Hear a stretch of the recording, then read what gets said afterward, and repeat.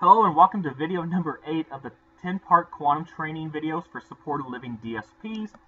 This one, we're going to talk about how to enter in notes, goals, and activities and why that's so important. In a perfect world, this video probably would have been closer to the first things we learned, but I guess just from the flow of information, it just wound up here. But anyway, to ensure the quality assurance of supported living services, all map entries should be supported with what we call notes, completion of goals and objectives, and there are 2 sets of activity checklists. Up until now, all the previous videos did not cover this, which again, I do apologize, it just didn't fit in with the narrative at the time, but now we'll kind of see what the true inputting of client information would look like. So, we're going to go back into Quantum. And again, I'm going to go back to this, again, main button where you do your maps. And I'm going to jump ahead to a new day. So let's say today is November 4th. I'm working my shift. I work from, let's say, midnight to 6 a.m. Let's do 8 a.m. So midnight to 6 a.m. And again, I have my 2 clients with me. I have Another and Sam. Now, let's say both Another and Sam were in the house from midnight to 8 a.m. Well, you learned by now that's probably 2 ways of entering your information in. I can left click and drag and highlight until I get to 8 a.m. Then right click. Ignore that was from a test earlier. I just left click, I dragged, and I went to 8 a.m. So as of now, from midnight to 8 a.m., I'm going to show that I did reshab. And I'm just going to enter it in. Now for Sam, I'm going to do another way. I'm going to left click, right click. Now I've only have this 15-minute block selected, so it's only showing me from midnight to 12:15. But Sam was there till 8 a.m., so I'm going to show him as reshab because again, he was in the house. So what I can do is I just go to the end time, and I can kind of drag, or I can just press the number 8 on my keyboard, and it takes me right to it. And if I do that, it automatically highlights everything for me. So in this case, I am going to do the same thing. He was there as reshab. Now, ideally, every time you do this for a client, you enter in what is known as notes, goals and objectives, and activities. Now, this is just kind of a quality assurance to kind of show what exactly the client is benefiting with. And in the sense of auditing with the state, very rarely they'll come by and kind of look at what the notes are just to see what staff are doing with them. Because again, if we don't do anything like we have been doing up until now, it really doesn't tell us a whole lot. Again, if this gets printed off and is sent out to the state or any type of auditor, all it shows is Another and Sam were in the house from midnight to 8 a.m. That's all it says. It doesn't say anything about their moods, doesn't say anything about what they accomplished during this time. Again, it's from midnight to 8 a.m., so they're probably sleeping, but it doesn't tell anything about their well-being. It doesn't tell me anything. All it does is says they were in the house because, again, I used the reshab code. So this is the whole reason for commandment number 8, is to ensure quality assurance and to have further documentation as to what the clients are doing. So what I'm going to do is I'm just going to left click pretty much anywhere. In this case, I'm just going to select the very first cell here, which was again midnight for Another person. All I'm going to do is right click, and again, you're probably going to see nothing. There was something just there because I had something there earlier as a kind of a test, but again, let's pretend there was nothing there. So this entire text box here is where you enter in a note. And a note is essentially just a narrative of what happened with that client during your shift. Now, at this point, I'm going to have to kind of relay it over to your home leaders and program managers to kind of train you more on this, because some clients probably will require more in-depth notes, whereas some probably very little. So let's say with this client here, in this case, Another, they don't really require a whole lot of notes. So let's just say, again, my shift was from midnight to 8 a.m. I checked on the client, slept very well, had eggs for breakfast,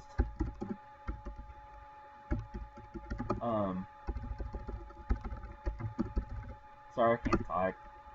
Had eggs for breakfast and left the house at 8 a.m. to go to church. Let's just say that. Now, don't worry about spelling and grammatics. I mean, this is not an English paper. It's simply just writing notes. Obviously, spelling is nice because if we can't make out what it says, we don't really know what the note is saying. But as you can see, my grammar is not the greatest. It's not, my punctuation is probably not up to par, but I mean, it gets the point across. So again, don't worry, you're not writing a thesis, you're not writing an English paper. Just put down some notes and we'll go forward. So there's a note. So what I'm going to do is I'm just going to hit the save button. But there's this little blue link over here that says additional daily notes. If I click that, that brings 5 separate drop downs, or 5 options, excuse me. And there's really only 2 that we really want to worry about. And it's the second one here, goals and objectives, and this third one here, activity checklist. So I'm going to go to goals and objectives. So every client that we have generally will have goals and objectives. And what that means is when we take them in as our clients, the state, with their case managers, they'll determine what they want to see the client perform, or what they want to get out of certain goals. And actually, I'm actually gonna back up 1 second. I'm gonna save and close this. There was one window we were supposed to see that we didn't see, so I'm gonna go to Sam. And I do apologize. These videos are done in one take, so I'm gonna jump onto Sam. So I apologize. So let's do a fairly quick note. We're just gonna say no problems. Sam's a really easy client. So I'm going to do additional daily notes, and I'm going to click this goals and objectives screen. You're supposed to get this this window first. Now, we didn't get it with another because I was doing something earlier and it just went through. So this is what you're supposed to see. Now, there's a drop down here, and there's the 4 separate programs in which goals and objectives could be associated with. Obviously, for supported living, you just want to worry about supportive living goals. Because some clients who live out in Hawthorne Glen actually go to ADA and Access, or they go to the workshop. And they have separate goals depending on what program they're at. So during the evenings and weekends when they're in the homes, they have one set of goals and objectives. But during the day, during the week, when they're at either ADA or ADA Access or the workshop, they have a completely different set of goals. For you all, since you're DSPs for supportive living, you just need to worry about supportive living goals and objectives. Let the other departments worry about their own. So I'm going to select supportive living. It should default to them, but again, if it comes up blank or doesn't come up with anything or a different option, make sure it's supportive living. I'm just going to click load goals and objectives, and this screen's going to pop up. Now over here, I see 2 on the top left.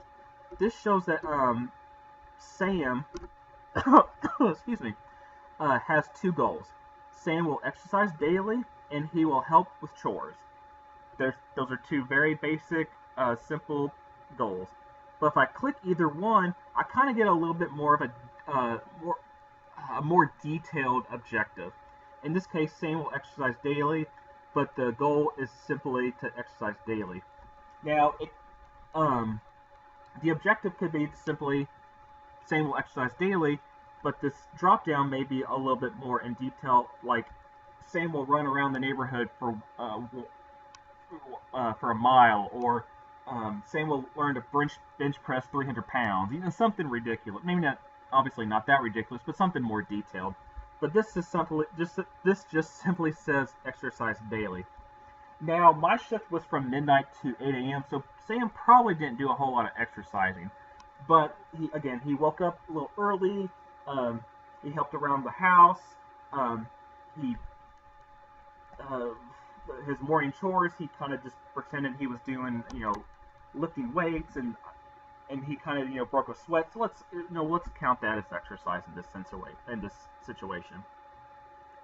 So I'll click, again, the goal. In this case, the objective is to exercise daily. So I'm just going to click it. And here, I get a narrative. I get another text box. And this is where I can kind of explain how, if, let me back up. I guess this is where you can type in your notes on how, if Sam did this exercise or not, and how. So let's just say Sam, let's say, jogged in place after waking up and assisted with heavy lifting, such as weights. I'm just making something up. This is you'll probably never see this in practice, but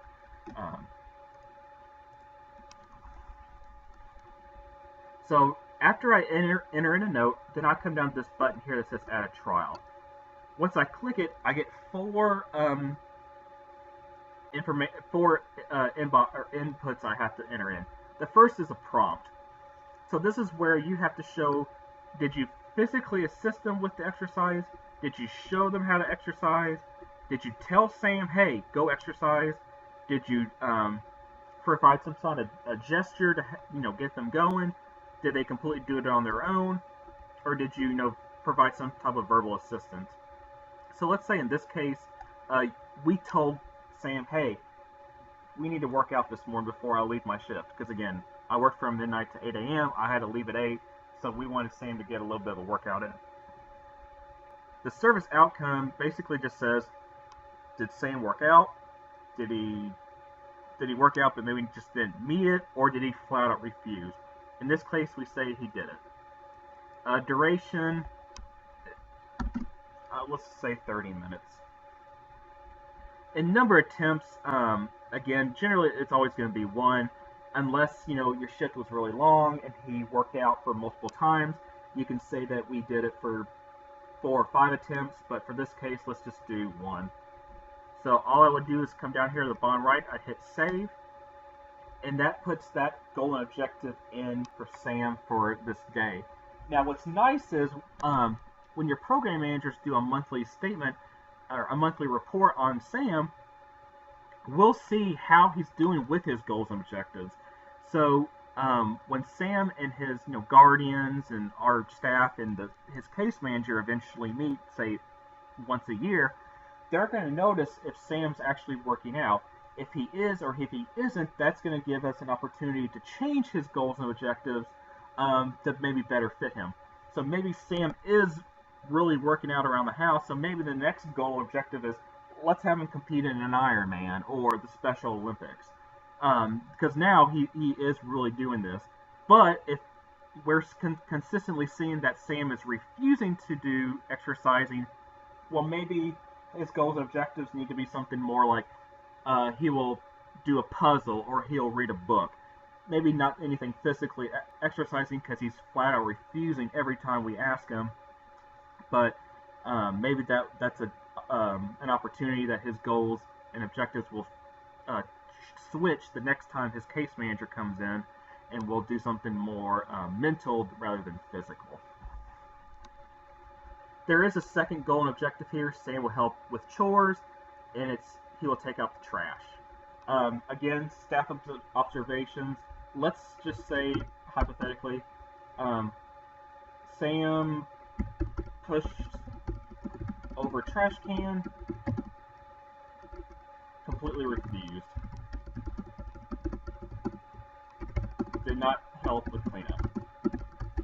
So we're gonna go a little negative here. So goal and objective for Sam is to help with the chores and take out the trash. However, during my shift, he pushed over the trash can, he refused, and he did not help with cleanup. So not a good day. So again, I'm going to come down and add a trial. Let's say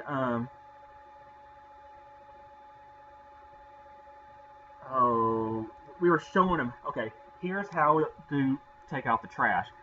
we were modeling for him. And again, in my note, he said he refused. And let's say this went on for 15 minutes. Let's say maybe during that time we tried 3 times. Hey, here, let's take out the trash thing. Let's do this. And he just refused. So the number of attempts was 3. And again, you don't have to necessarily keep track of every time you say the question. So maybe the number of attempts was probably closer to 10 or 15. I don't know, but the big thing is just making sure that there was multiple attempts. Let's just say there was 3. If you know that you said, hey, let's take out the trash 13 times, and you accidentally put 12, I mean, that's not the end of the world. As long as we know that there was a number of separate attempts to try to get this goal, in this case, take out the trash, to be done, and it wasn't, it's not the end of the world. But in this case, let's just say there was 3. All I would do is come down here and hit save, and we're done. And that's the only 2 goals and objectives that Sam has, so we're done. So once we have those in, I just come over here in the top right in the X button and just close it out.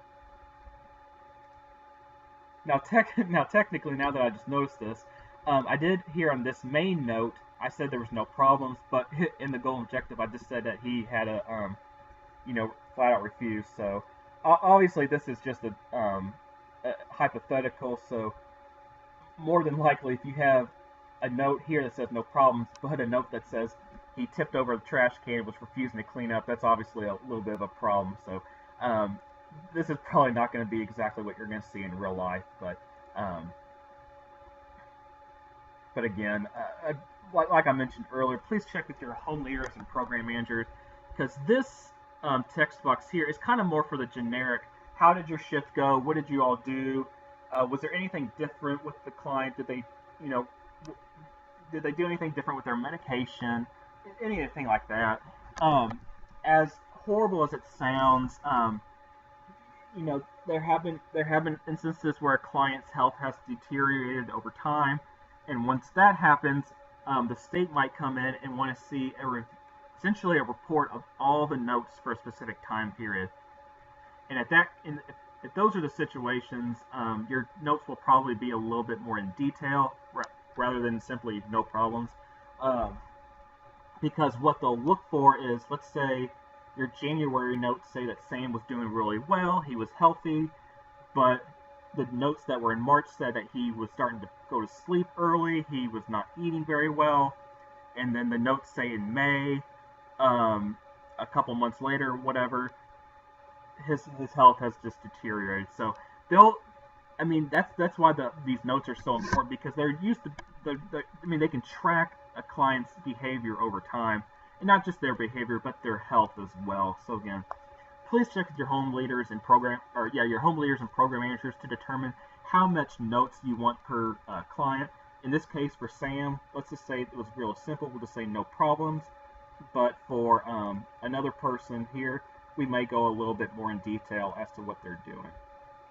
So that's the note and goals and objectives, but there's actually a third one, and it's this middle one here called activity checklist. If I click that, I get 2 sets of checklists. One is for staff and one is for client skills. So what you'll do is pretty much during your shift, at the end of the shift, whatever, just go through here and kind of let us know exactly what did the staff do. Did you help with chores? Did you help with client finances? Did you help with any meals? Did you help with personal care? Did you assist with shopping and so forth? Did you encourage exercise? Did you go over the goals and objectives with the clients so they understand exactly what they're needing? Did you, do any type of, management with the medication? Did you supervise, obviously? So this is just information that helps us understand what as staff what did you help with. On the second one here on the right is what's the client skills. Did you help them, do coping, their daily living skills? Did you assist with any type of decision making? Did we perform any hobby or leisure activities? Again, this information, it's not necessarily a note, but it is just simple check boxes. And again, over time, these are looked at in case of trends, So again, if we have 6 months worth of notes and activity checklists on a client, we can kind of see what's going on over the course of time. If a client is spending a lot of time doing hobby and leisure activities, but not a whole lot of reading and physical motor skills, and we see that their physical motor skills over time is starting to deteriorate, maybe we'll want to spend more time doing, again, more like occupational therapy type tasks to get them up to par. But again, up until now, all the videos that I've been showing you have just been entering in, say, like ResHab for a client. But now there are 3 extra steps. It's entering in a note, it's entering in their goals and objectives, and it's filling out these 2 activity checklists. Because again, this information tells us essentially the meat and bones of what's going on during your shift. Because if you don't, all this tells us here is that they were in the house. It doesn't tell us, again, their well-being, any details about what they were doing in the house. But now that we have notes, and we can look at their goals and objectives, and we can look at these checklists, we can see exactly what they were doing during the shift. Now, obviously, if you're working 3rd shift, they're probably going to be asleep most of the time. So most of these are probably going to be blank. But during the times they are awake, just making sure that we capture, okay, were they doing their chores? Were you assisting with their daily living skills or their leisure or physical motor skills? Were they reading? Is very vital and helpful information. So again, I know this was a longer video, so I do apologize, but it is extremely important because it does really assist with the services that we do provide the clients and just making sure that we're doing the best job that we can. So that is commandment number 8, and I'll see you for the next video. Thank you.